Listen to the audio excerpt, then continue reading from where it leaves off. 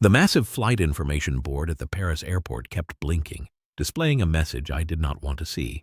My trip to Portugal was officially off.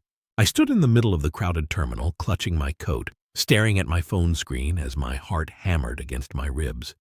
Around me, people were shouting, sighing, and desperately trying to find alternative routes.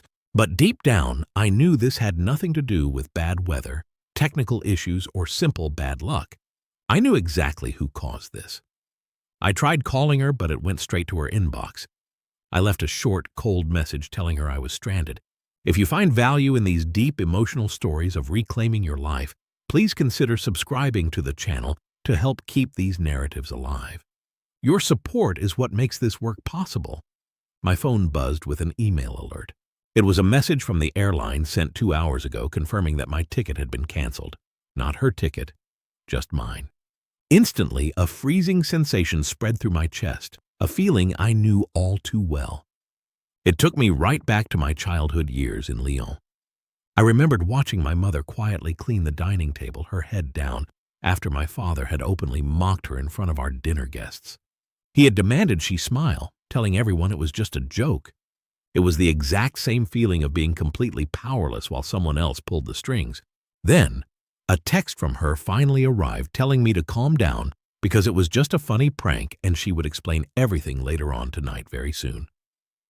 I dragged my suitcase back onto the train, watching the gray rain slide down the windows as Paris faded into a dull, wet mist. When I opened the door to our apartment, she was sitting on the couch, laughing and recording herself on her phone. She barely even glanced up at me, joking about how hilarious my face must have been and how her social media followers would love this couple prank video. I stood there, refusing to set my bag down, and asked her why she canceled my flight. She shrugged it off, calling me overly dramatic and weak. That word had always been used to keep me quiet. I reminded her that this trip was for an essential business meeting with potential investors, but she just rolled her eyes, telling me I was far too serious and that marrying me was like attending a funeral. In that silent room, something inside me finally snapped, quietly but permanently. She belonged to a wealthy family where power and control were treated like fine art. Her father was a massive real estate tycoon in Bordeaux, a man everyone feared, while her mother spent her entire life managing social appearances like a museum curator. She had been raised to believe that love was nothing more than a transaction, and affection was something you only received if you complied. She did not love me for who I was. She loved me because I was a mirror that reflected her own image back to her. Our upcoming wedding had been organized like a strict military campaign, with my opinions completely ignored. Whenever I tried to speak up, she would simply smile and tell me I was imagining things yet again. That night, while she slept peacefully on her side of the bed, I remained awake for hours, listening to the distant sounds of the city. My mind raced with memories of my past, seeing how the men in my family had learned to make themselves small just to keep peace with manipulative partners. By the time the sun began to rise, I did not feel angry anymore. Instead, I felt a strange, beautiful clarity. I knew exactly what I had to do. I did not wake her up, and I did not start an argument. I simply packed my essential things into a single bag and walked out, heading directly to my office near the canal. I cleared my schedule for the day, sat down at my desk, and began making some very important phone calls to finally get things moving. I contacted the wedding venue first, explaining calmly that the ceremony was canceled due to personal differences. Then I canceled the catering company, the flower arrangements, and the musicians she had carefully selected. With every cancellation email that arrived in my inbox, I felt a sense of relief. Next, I dialed her father. When I broke the news, he did not yell. He simply asked if I realized how embarrassing this would look for their family. I told him I did, which was why I was handling it quietly. I then emailed him screenshots of her cruel text messages, group chats where she and her friends joked about keeping me under her thumb, and a recording where she admitted to canceling my flight to teach me a lesson. He never replied, showing me clearly that he understood perfectly. She woke up to a completely empty home and a notification stream of canceled reservations. Within an hour, she burst into my office, yelling at the top of her lungs with mascara running down her face. She screamed that I was publicly ruining her reputation all over a simple joke. I sat there and really looked at her.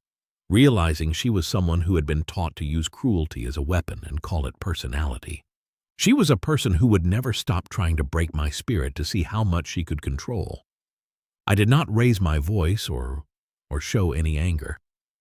I looked her in the eyes and told her very softly that I was no longer playing her game. I was officially opting out of her entire life right now. The consequences of my decision were immediate and devastating for her. The wedding invitations were recalled and rumors began to spread rapidly through our social circles. Her family tried their best to spin the story to protect their name, but no amount of money could hide the truth of her actions. Her online lifestyle brand took a massive hit as sponsors quickly canceled their contracts and her friends slowly distanced themselves from the drama. I packed up the rest of my belongings and left Paris behind, accepting a new job opportunity in Porto, Portugal, just 3 months after everything fell apart. The investment group still believed in my potential, and they were eager to have me lead their projects in this new market area immediately. Porto felt completely different from Paris. The Atlantic Ocean was powerful, wild, and incredibly honest, with massive waves crashing against the rocky shore without any pretense. On my very first Christmas evening spent alone, the rain poured down over the river, and the city lights shimmered in the water like shattered stars. I certainly felt the weight of being on my own, but more than anything, I felt a deep, profound sense of freedom. That freedom meant everything to me. I was finally in a place where I could breathe without walking on eggshells, rebuilding my career and my self-worth piece by piece, far away from the games that had almost destroyed my spirit. That night, she sent one last text claiming I had ruined her life. I started typing a response, but then I deleted it all. Some silences are earned. I stood near the cold river, smelling the sea air, and realized what my parents never could. Real love never demands that you humiliate yourself to keep it. Walking away without a single word is sometimes the strongest, most courageous form of self-defense you can ever choose.